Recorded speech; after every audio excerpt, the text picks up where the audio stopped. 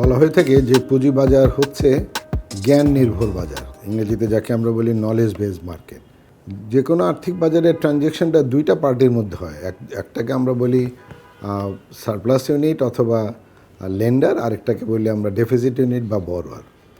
তাহলে এই জ্ঞানটা কার প্রয়োজন? জ্ঞানটা কি সারপ্লাস ইউনিটের প্রয়োজন নাকি ডেফিসিট ইউনিটের প্রয়োজন? জ্ঞানটা বেসিক্যালি প্রয়োজন হয় সারপ্লাস ইউনিটের। তো পুঁজিবাজারে সারপ্লাস ইউনিট হচ্ছে আপনার ইনভেস্টরদের, সুতরাং এই ইনভেস্টরদের এই জ্ঞানটা থাকার দরকার। তো ইনভেস্টরদের কেন এই জ্ঞান থাকার দরকার?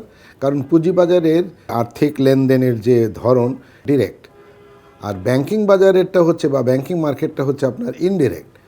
তো ইনডিরেক্ট মার্কেটে আসলে রিস্কটা বেসিক্যালি বহন করে ব্যাংক, কিন্তু ডিরেক্ট মার্কেটে যেহেতু ট্রানজ্যাকশনটা হচ্ছে বিটুইন আপনার ইনভেস্টর এবং ইস্যুয়ার, তো সেই জন্য সমস্ত ঝামেলা বা ঝুঁকিগুলো বহন করতে হচ্ছে আপনার ইনভেস্টরদেরকে। তো সেই জন্য পুঁজিবাজারের অর্থায়নের ধরনটা হচ্ছে ডিরেক্ট এবং ব্যাংকিং মার্কেটের অর্থায়নের ধরনটা হচ্ছে ইনডিরেক্ট। সেখানে সমস্ত ঝুঁকি ব্যাংকাররা বহন করে।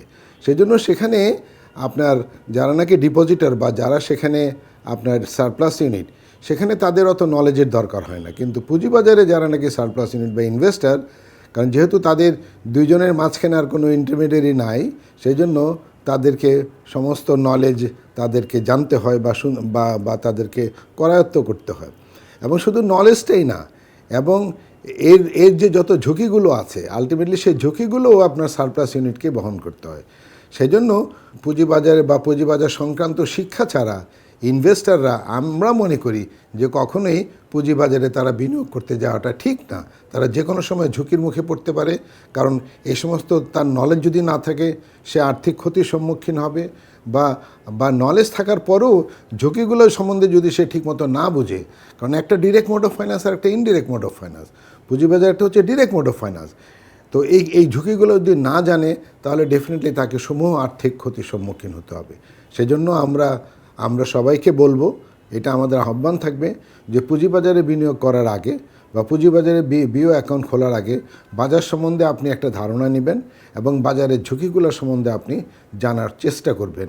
এবং এই জানা এবং চেষ্টার আপনার উদ্যোগের সাথে আমাদের Bangladesh academy for securities market সবসময় আমরা তৈরি আছি আপনার এই উদ্যোগে আমরা সহায়তা প্রদান করার জন্য। আপনি যেখানে যেভাবে যে সময়ে এই বিষয়গুলো জানতে চান বা বিষয়গুলোর জন্য সম্বন্ধে আপনি শিখতে চান, আমরা সেখানে সেটা ঠিকমতো আমরা প্রোভাইড করব। ধন্যবাদ।